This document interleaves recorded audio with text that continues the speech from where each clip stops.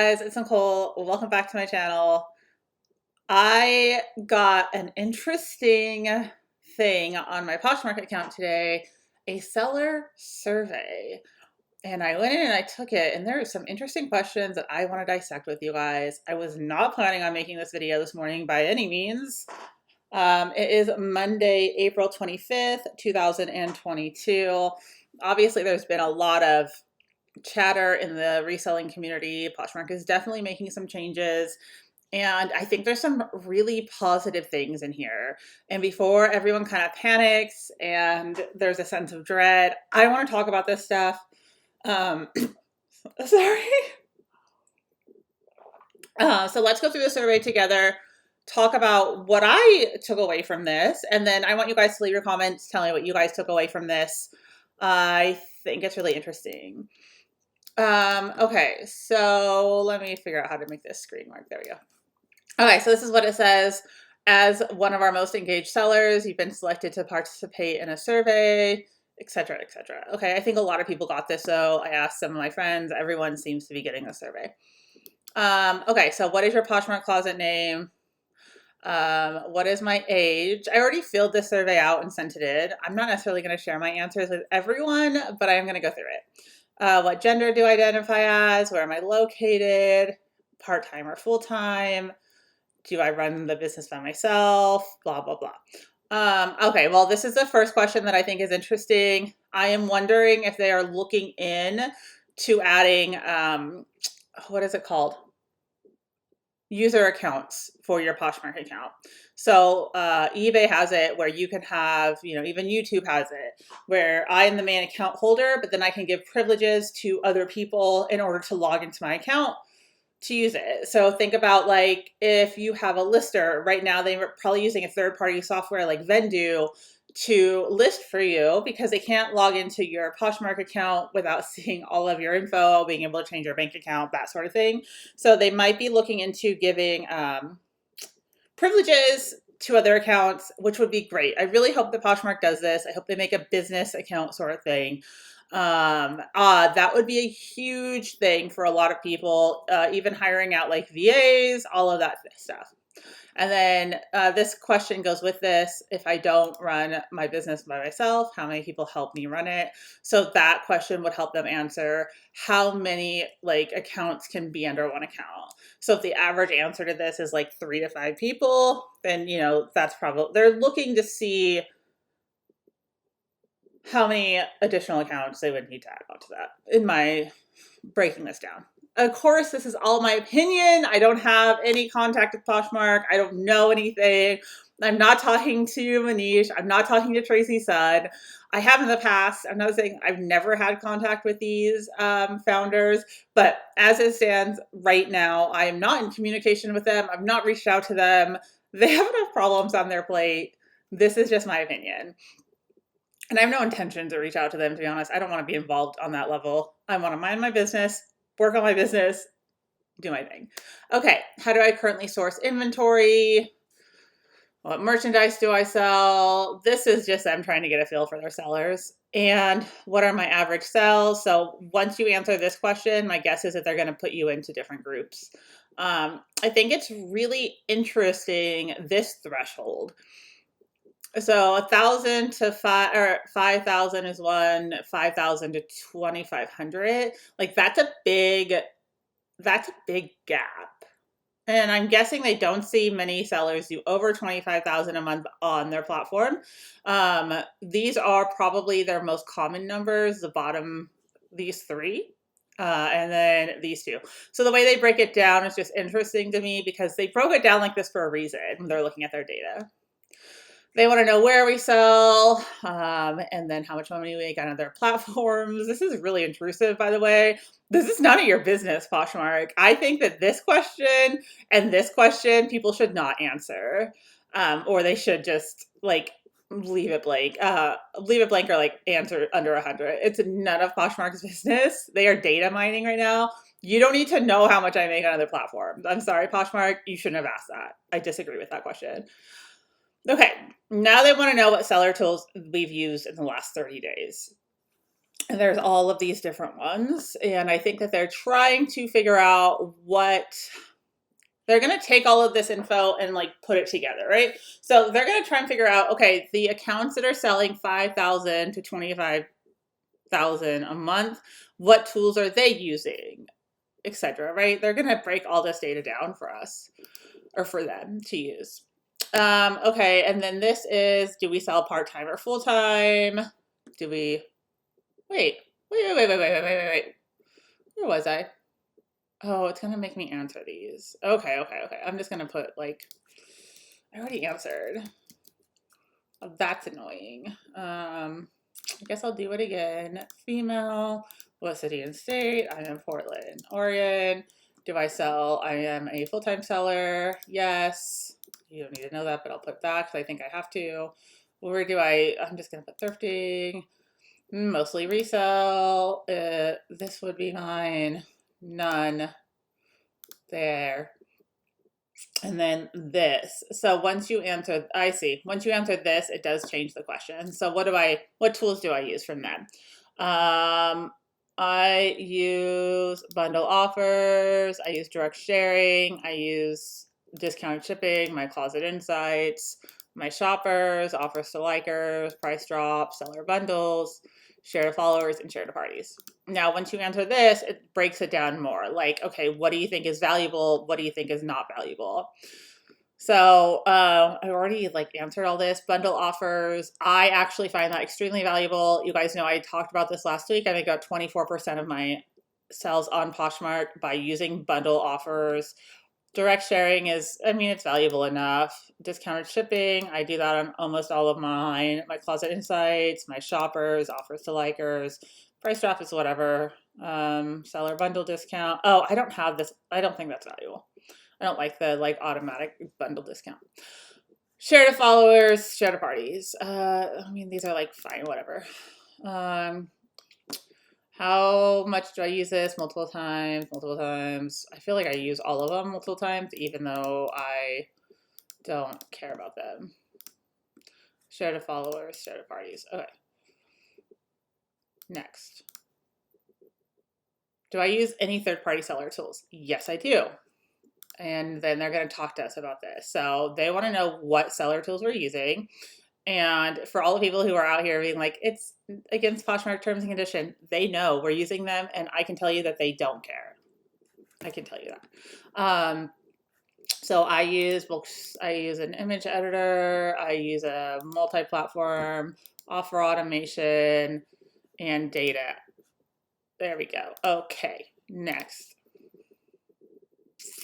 Once we get past this, we're going to get some really interesting questions. So hold on, like hang in here with me. I wish I didn't have to answer all these. Bulk sharing, I use all of these multiple times a day. There we go. Which third-party sellers do I use? I use One Shop, I use Photo Room, I use Posh VA. How much am I currently spending? That is none of your business. I'm putting none. I'm literally, don't tell them. Don't tell them. Please. They're going to use this information. This is okay. This is one of the big questions. They are going to use this information and they are going to start charging us. And I think that's okay. I think that's okay. I think it's okay for them to charge us for tools. If they work, we're already paying for those tools. But let's not give them information on how much we're spending. Again, that's just not your business, Poshmark. Next. Okay. Please rate the seller tools, blah, blah, blah. Okay. Advanced sales and buyer analytics. Extremely valuable. I would pay you a lot of money to have more of this. I've been screaming at the top of my lungs for many years. We finally got Closet Insights, which I was extremely excited about, but, you know, automated listing and creation, I mean, that's slightly valuable, I guess. Bulk sharing, that's valuable. Dedicated customer service for sellers, that's valuable within its limits. I actually really hate the new feature where customers can send you a message directly. I hate it. Every time I see it pop up, it's something that's like a customer asking me after the fact about something, or like, I don't like it. I really wish that they wouldn't have done that the way they did. They should have had direct messages that like people could send you a message before they bought something. The problem I'm having with this new direct message thing for Poshmark is that customers then wait, they buy the item, and then they start direct messaging me questions and then deciding that they want to cancel after they got questions answered. Like, why would people have to wait to message me about something? That's just not, it doesn't make sense. It doesn't make sense. Okay, delist, relist feature. I don't care. I don't relist my items. Image editing, moderately valuable image. I mean, it'd be great if I could at least turn my photos, right? Like if I could just turn my photos. Image hosting. I mean, you already host my images, so I'm confused about this one. Where are you going with this? I'm trying to figure out because these are items that they want to hear me out. Poshmark wants us to start paying for tools. It makes sense. Other, eBay, we have to pay to play over there. Poshmark is going to start doing that. It is what it is. I'm ready for it. I actually hope it happens because that will give me an edge. I am willing to pay and invest in my business. Listing creation assistance. I don't care about that. Multi-platform. No. Why would you do that? Offer automation assistance. That's a yes. Promoted listings. Absolutely. Give me promoted listings, please. I don't care about this. Okay. Done.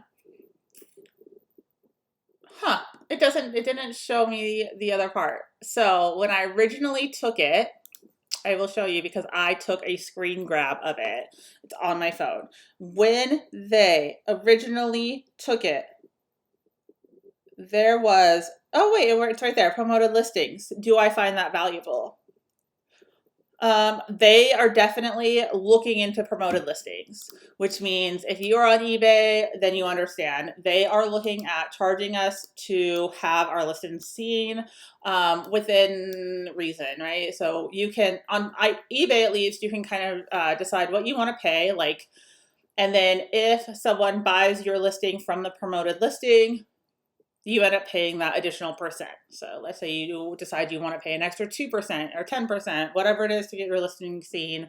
And then you don't pay that until the item sells and only if the person clicked on your item. It's kind of like Google or running any ad. If you're running an ad on Google, you're kind of paying per click.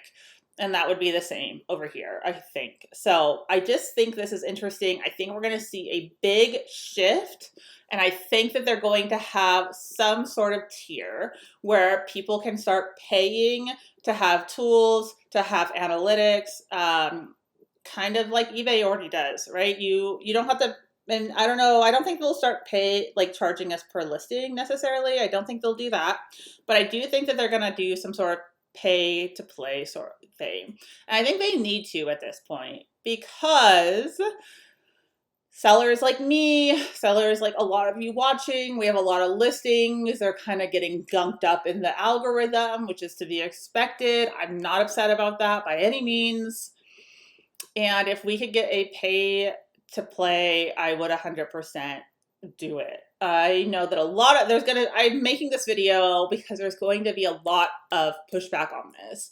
And I think there's going to be a lot of negative pushback. I think people are going to be really upset. Like, oh my gosh, Poshmark might start charging us. And again, this is just based off of seeing the survey. I think that they kind of have some of these things in mind.